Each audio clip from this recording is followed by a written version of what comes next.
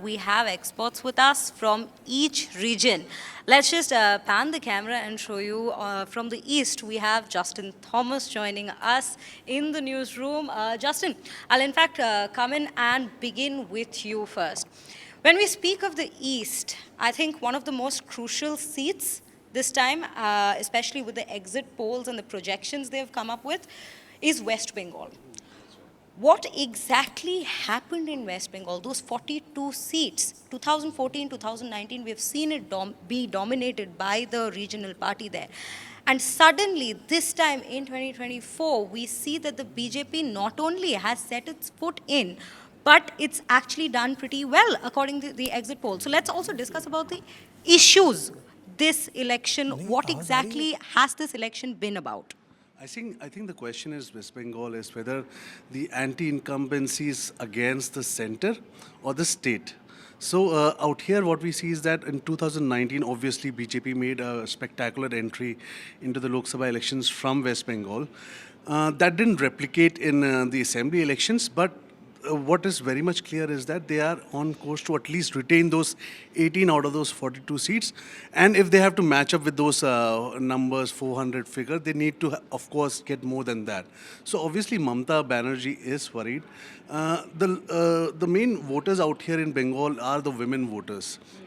And a lot of women issues have also been, going up and down in this election. And if you see the vote bank, Mamata Banerjee has equal vote bank in terms of women and also Modi. Both are, attractive women for women voters. They have been perfect candidates. So if you see the challenges, like let's say the Sandesh Kali case that has happened, that has dented Mamata's, women narrative that she has been building for years together, because most of the women are usually voting for Mamata. That is a challenge that has happened for TMC this time around. The question is whether BJP is able to take that advantage and enable it turns into votes so that they are able to increase those numbers. That is what we have to see today. Right, Justin. In fact, very rightly put there. What exactly are the election issues for the East this time for West Bengal? Sandesh Kali clearly seems to have played quite a crucial role. Well, with that now, Kartike will also take you to our expert from the West. We have Ashok Bagaria ji. Ashok, a very good morning to you. Very firstly, West, we have seen this time it is Mahayuti versus MVA. I'll speak to you specifically about Baramati. It is Supriya Sule versus Sunetra Pawar. What are your predictions? And we were speaking to Kiran Thare also from there earlier, and it seems like the Shiv Sena might, the NCP, Sharad Pawar, might actually be continuing with his bastion, continuing retaining power in his bastion. Do you think so? Well, at the moment, it looks like Supriya Sule is going to be a little, ahead of a rival, which is Sunetra Pawar. Now, what is interesting as far as Baramati is concerned, it's a very, very important seat as far as egos are concerned. Because on this particular seat, what you are witnessing is a contest between Supriya Sule and her aunt, Sunetra Pawar, who's the wife also of the breakaway faction of NCP Ajit Pawar. And the Bharatiya Janata Party had insisted that as far as Baramati is concerned, they would pitch somebody who can take on Supriya Sule. And in fact, when the name of Sunetra was announced for the seat, Supriya Sule had gone out and reached out to her aunt and sought her blessings. But besides this particular seat, there are other seats to look out for, especially Narayan Rane's in Sindhudurg. Then we have Beed seat, which is also on which we have Pankaja Munde contesting. She's the daughter of former Chief Minister of Maharashtra, Gopinath Munde. Besides that, we also have an interesting contest in the city of Mumbai, where in the north we have Piyush Goyal contesting.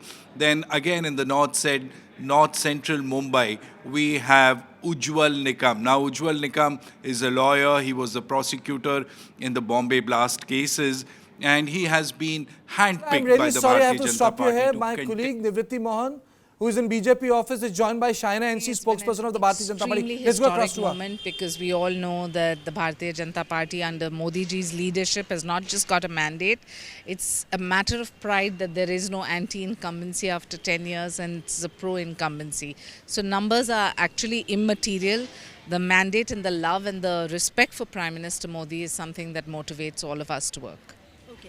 Now, there are people who are saying that the exit polls that are coming in are motivated and No, how can exit polls be motivated? You have a sample survey, you decide based on what is on ground, and if you are so threatened by exit polls, so threatened by the election process, the election commission, and then you come up with lame excuses like the EVM, all I they would say want that to say, exit polls were made in all the BJP nonsense, office. all nonsense, please. Fantasy world has been made by Rahul Gandhi, and that fantasy world is something they live in. So, moment they come into the reality, they will realize what is the ground reality of the Bharatiya Janata Party. Do you have any predictions, your own predictions? Ab ki baar 400 paar. About 400 par. So, Kartikeya ji, this was Shaina NC who was saying that all the exit poll predictions are you know, ab ki accurate baar and- 400 bar, I don't know whether it will be termed as Jumla or as a master strategy. Let me just go back to Shreya. Shreya, I think two more experts are waiting for you. Then we'll go to Kabir from the south and north. To you. Right, Kartikeya. In fact, as we were discussing about the West, let's take you up north now. With me, I have Shweta Kothari. Shweta, very good morning. I think in north, if we begin the discussion with the national capital, or are we looking at a sweeping victory of 7 seats for the BJP again? I mean, good morning to you, Tushra. If the trends are to go by, absolutely. Looks like it's going to be a tough fight in the national capital where BJP, despite winning all 7 seats in 2014 as well as 2019, decided to replace all of its MPs barring one, Manoj Tiwari. So it goes on to tell you that BJP is, of course, a little jittery. It is not sure whether all that has unfolded, the drama that we've seen in the national capital over the course of last 1 year, is going to play up as far as the Lok Sabha elections is concerned. Now, quickly running our viewers through what really happened in the past 1 year, starting from when, Aam Aadmi Party Chief Minister, all the existing, ministers were literally battling charges of corruption. Now, remember, this is a party which stems from an anti-corruption movement, and so the liquor policy case and the details of which started when coming out, there were questions raised on whether Aam Aadmi Party is losing its sheen. But when we saw the Chief Minister actually being, when the legal sort of played up, the legalities of it played up, we saw a lot of sympathy, of course, also sort of coming in from a lot of people that we spoke to, that perhaps the central government was instead of going the more obvious way of fighting a free and fair election, was actually choosing a legal route to sort of circumvent a fair fight. Now, will that translate into votes? We don't know, but it's going to be a litmus test for Aam Aadmi Party and Congress alliance. And in the last couple of months, since that alliance was announced for a 4:3 seat ratio, there were also a lot of disenchantment within the Congress party as well as the Aam Aadmi Party cadre. Whether there's going to be a transfer of vote or not, we don't know, but national capital, of course, something to look out for. Absolutely, Shweta. In fact, thank you for putting that so well for our viewers. Well, with that now, we also have Sudha Sadanand from the south. And well, Sudhaji, very good morning to you.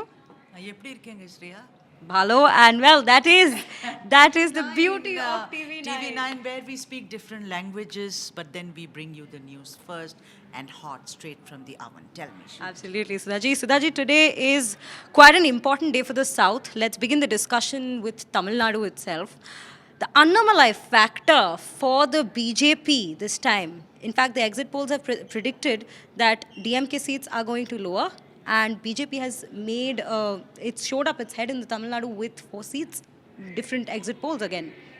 Yeah, I mean, that's what the exit polls are saying. But one thing to understand, and I know that a lot of people know about it, Coimbatore is a very unique city. It's one of the most developed in Tamil Nadu. It's got both rural and urban population, but it's also called the Manchester of Tamil Nadu because you have a great textile industry there. Now, the three contestants there who are fighting is Annamalai from the BJP, who's a cop-turned politician. Then, of course, you have former mayor of Coimbatore, Ganapati Rajkumar, and then you have Singai Ramachandran. One thing common amongst all of them, they all went to the same college, Riya. PSG Technology College in Coimbatore. Two studied other subjects, whereas Ramachandran studied media studies. The thing is that since the time of COVID, the industries in Coimbatore have really come up for help and they've not been getting any help. So that's one thing they feel, that if they vote for somebody who's got the ear of the central government, it's going to help, both small and medium industries in Coimbatore. And of course, the other thing is, Annamalai is seen, he's called Singham. Do you know? I mean, he's called Singham.